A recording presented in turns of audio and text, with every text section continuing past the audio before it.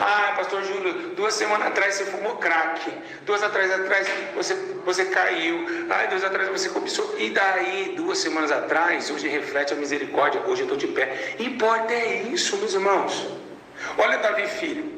Davi filho. Quem criticou Davi filho por causa daquele áudio com aquela jovem? Não teve consumação do ato. Júlio César confessa, revela seu pecado, os seus pecados, é isso? Pois é, parece que sim, hein? Parece que quando ele diz ali, se 2 semanas atrás eu fumei eu peguei já era, já passou, agora é a misericórdia de Deus e tal e tal.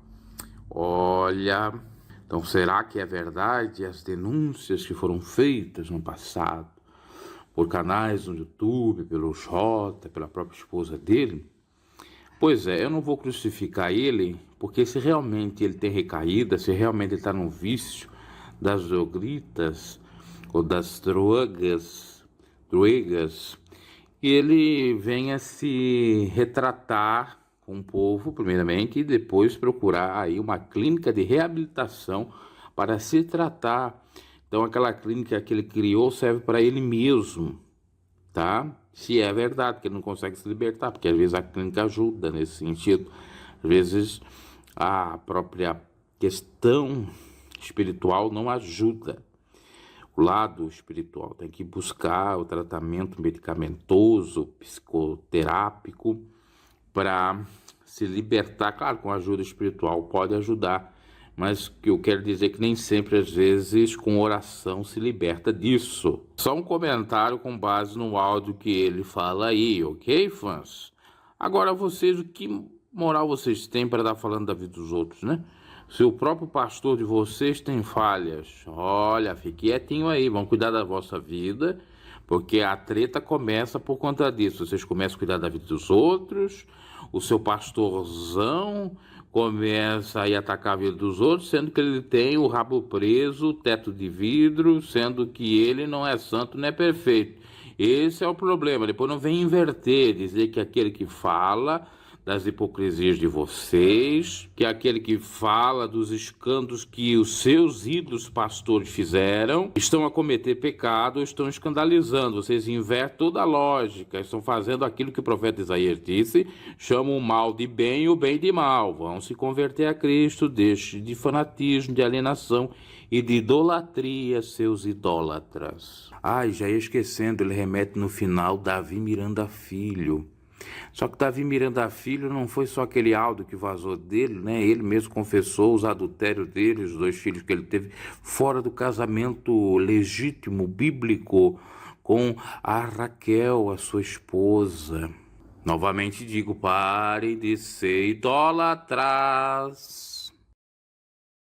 Ah, pastor Júlio, 2 semanas atrás você fumou crack. 2 atrás você caiu. Ah, 2 atrás você cobiçou. E daí, 2 semanas atrás, hoje reflete a misericórdia. Hoje eu estou de pé. Importa é isso, meus irmãos. Olha Davi filho. Davi filho. Quem criticou Davi filho por causa daquele áudio com aquela jovem? Não teve consumação do ato. Olá, meus caros. Nessa oportunidade vamos falar sobre essa maluquice de aberturas de igreja, de divisões, pessoas extremistas em alguns pontos, exageradas, e que estão até distantes do Evangelho, porque não é assim. A palavra de Deus nos diz que um dos frutos do Espírito Santo é a temperança, ou seja, o autocontrole, e não pode haver fanatismo, não pode haver idolatria, não pode haver egolatria, né? O sujeito que adora a si próprio, que se exalta, nada disso. Bom, eu estava acompanhando sem querer, porque me veio como sugestão um vídeo de um irmão de uma igreja nova, até não me recordo o nome atualmente. Aí eu fui pesquisar, um menino que veio ter aqui uns 20 e poucos anos, era da igreja do pastor Júlio César, a Igreja de Santidade e Arrependimento. Eu já falei aqui nesse canal e no outro, inclusive, uma vez quando eu falei sobre o caso dele, ele fez uma live dizendo o seguinte: esses perturbados, esses que não eram nada na Deus e Amor, esses obreirinhos de nada, fica aí falando da gente, quer dizer, já humilhando a gente, né? ele é o bambambam, eu não sou nada. Tá bom, é isso aí mesmo, ele é o Deus e eu não sou nada, graças a Deus por isso. E naquela ocasião eu falava em 2 vídeos, uma sobre a questão de expulsar demônios, que quando a pessoa está realmente na graça de Deus, não precisa nem colocar a mão sobre a pessoa, para estar endemoniada, ela já se manifesta antes, assim como ocorreu com Jesus. Jesus não colocava a mão em ninguém para expulsar demônios. Os demônios já se manifestavam. O que eu tenho contigo? O que eu tenho contigo, filho de Deus? Você já percebe isso. Inclusive o endemoniado gadareno. Vai ter outras passagens que o apóstolo Paulo está orando, dá a entender que talvez estava impondo as mãos, ok. Mas quando a pessoa é usada por Deus, não precisa disso. E o outro vídeo que eu falava era sobre, na época da política, que ele falou do Bolsonaro, e eu falei que não é pecado o cristão votar, não é pecado também se candidatar, desde que ele seja um cristão de verdade, não seja um político corrupto, seja um cristão de verdade lá na política. E aí eu recebi uma enxurrada de comentários, o vídeo deu mais de 5.000 visualizações, acho que foi esse da política, o outro deu quase 2.000, então vieram os fanáticos da igreja descer a ripa ali nos comentários daquele vídeo. E aí eu ficava percebendo, o mesmo fanatismo que muitos tinham na pessoa do missionário Davi Miranda, acabaram tendo na pessoa do Júlio César, até porque ele disse que o missionário Davi Miranda apareceu em sonho e visão para ele, dizendo que ele seria o sucessor do mesmo na terra. Coisa assim meia equivocada ou esdrúxula, esquisita, e que à luz do evangelho até não procede, né? Porque o legado, para manter o legado de alguém, é o Espírito de Deus que trabalha, né? Não é o homem, e não é o homem se gabando, porque coisas quando é de Deus se ocorrem em sinais, em prodígios e maravilhas e não em fala.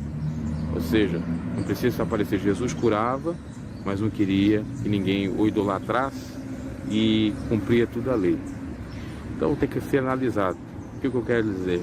Que os sinais seguirão aos que crê, e o legado de uma pessoa para ser mantido, por exemplo, de um sucessor, como foi Josué, sucessor de Moisés, se deu com aviso do próprio Deus à pessoa de Josué.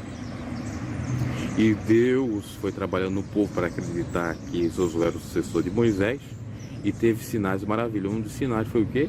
Eles passaram pelo Rio Jordão em terra seca.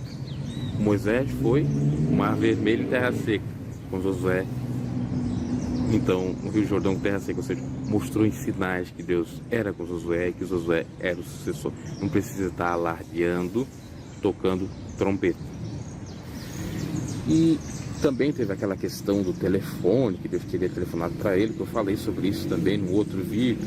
Era tanta coisa, então eu não sabia até desse Júlio César, estava famoso aí no YouTube com essas coisas aí, que é o meu modo de ver heresia. Agora, Jesus ligar para ti no telefone, aonde isso? Qual é a tecnologia essa que dá respaldo a isso? Não tem. Pode ser uma pessoa com o nome de Jesus ligando para ele, né? E depois aquele arrebatamento, inferno, céu. Por que eu quero saber do inferno, céu, se eu estou com Cristo, e quem está com Cristo não há nenhuma condenação mais? Preciso provar do inferno para mim viver bem com Deus? Não. Para mim estar calcado no evangelho com Deus? Não. Porque quem conversou minha mulher é o Espírito Santo de Deus. Não é por meio de medo, amedrontamento, pavor, nada nesse sentido. Também teve uma outra questão que eu falei aqui nesse canal, que ele pintou os lábios de vermelho, ou melhor dizendo, colocou batom na boca para fazer protesto, porque as mulheres que eram muito vaidosas, que usavam batom. Eu achei que de uma péssima armação, né? Eu não era nem cristão, me exigiram em teatro para mim ser um personagem, ou fazer um personagem de uma mulher, eu não quis, e iria passar batom. Agora eu, como servo do Senhor, vou passar batom para fazer protesto, para chamar na realidade a atenção e ter like, visualização, etc. E ter fama. Não concordava com isso. Aí falei e deu aquelas problemáticas todas. Eu não sabia. Como eu disse no início, que aquele rapazinho, aquele obreiro, ele tinha saído da igreja do Júlio César. E um dos motivos é porque ele não paga o obreiro. Ele não paga os obreiros. A Bíblia diz que o obreiro é digno do seu salário. Qual é o problema dele ganhar uma prebenda? Eu não digo ganhar milhões. E aí não é merecedor mesmo, ninguém é merecedor. Fica mais rico que os ímpios com a obra de Deus, isso é errado. Agora, dar um salário mínimo, 2 salários mínimos no máximo, de sustento pastoral, onde está o pecado? Não tem pecado. Aí fica o Júlio César dizendo que ele não pega da igreja. Tá, não pega da igreja, mas ele ganha indiretamente doações. O obreiro não ganha muitas doações porque é o líder que ganha. Como é que ele vai viver? Como é que ele vai pregar? Como é que ele vai fazer as viagens? Ah, só o custo da gasolina e outras coisas mais. É um exagero. Eu sou contra, claro, e vou ser sempre contra. Há pastores avarentos que ganham mais de 3 salários mínimos e ostentam a sua riqueza. Isso é errado à luz do Evangelho. Mas ganhar 1 salário mínimo, 2 salários mínimos para trabalhar, fazer o trabalho mesmo, porque tem muitos que trabalham mais do que esses que ganham milhões ou milhares e milhares de reais, não tem problema. Como é que o camarada, ele vai, por exemplo, visitar, se ele tem um dom para isso, tem alguns que não tem, ele vai visitar os enfermos, ele vai visitar aqueles que estão nos presídios, se ele vai evangelizar nas praças, nas ruas, se ele vai fazer evangelismo, se ele vai fazer várias coisas. Como que ele vai conseguir, paralelamente, conciliar o trabalho secular e o trabalho na obra de Deus? Não tem como. Então ele tem que viver. Então fosse assim, o padre estava errado, a igreja católica estava errada, ela paga a prebenda lá para o padre, não tem problema. O problema é os exageros, as riquezas. O problema é ter a igreja contratando obreiro e pagando mensalmente 25 mil reais, 30 mil reais, muito mais. E também é a questão de vender pregações, vender CDs, livros, comércio tudo da palavra, e ganhando rios de dinheiro com isso, não é ganhando só o básico para se manter. E aí, o que ocorre? Agora é divisor. Teve outros, eu andei sabendo, que também saíram da igreja da Santidade e Arrependimento. Aí você percebe, o camarada sai da igreja, amor, cria um ministério, porque começou a ter audiência no YouTube. Aí outros vão com ele, se aproveitam da onda e abrem a igreja. E assim vai indo, perpetuamente, até a hora que Jesus vir, perpetuamente entre aspas. Eu acho isso aí totalmente errado, porque eu não sou nada como o Júlio César disse lá, um obreirozinho qualquer lá, da IPDA, que não deu nada, né? Mas se eu quisesse abrir instituição religiosa, eu abria. Tinha até gente, inclusive na época quando eu saí da própria IPDA, que concordava com essa ideia. E eu não quis abrir, e não quero abrir. Pelo menos até o momento, pode ser que Deus mude a minha ideia, mas no momento eu não quero. Não é a questão da responsabilidade.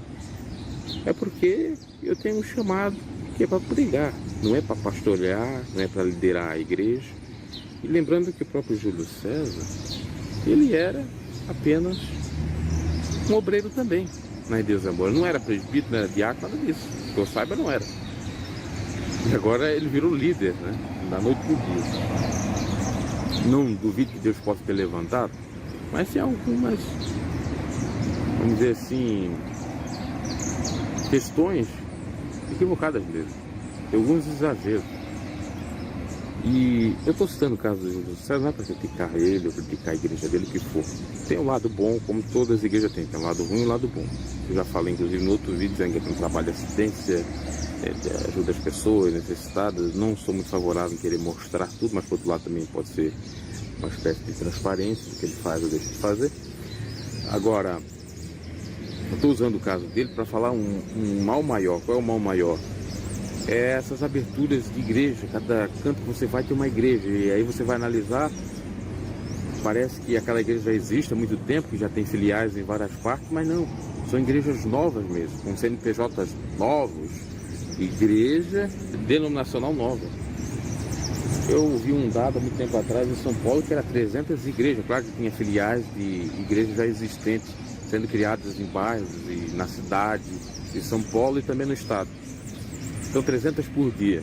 Hoje em dia, em São Paulo e outras localidades, outros estados, outros municípios, deve ter aumentado isso muito, né? Deve ter aumentado muito.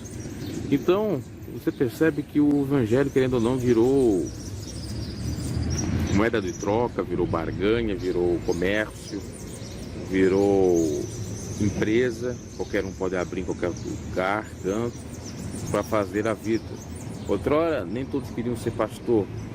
Aliás, praticamente poucos queriam ser pastor, porque não dava rentabilidade. Hoje em dia, dizer que é pastor, meu Deus do céu, que benção, que maravilha, né?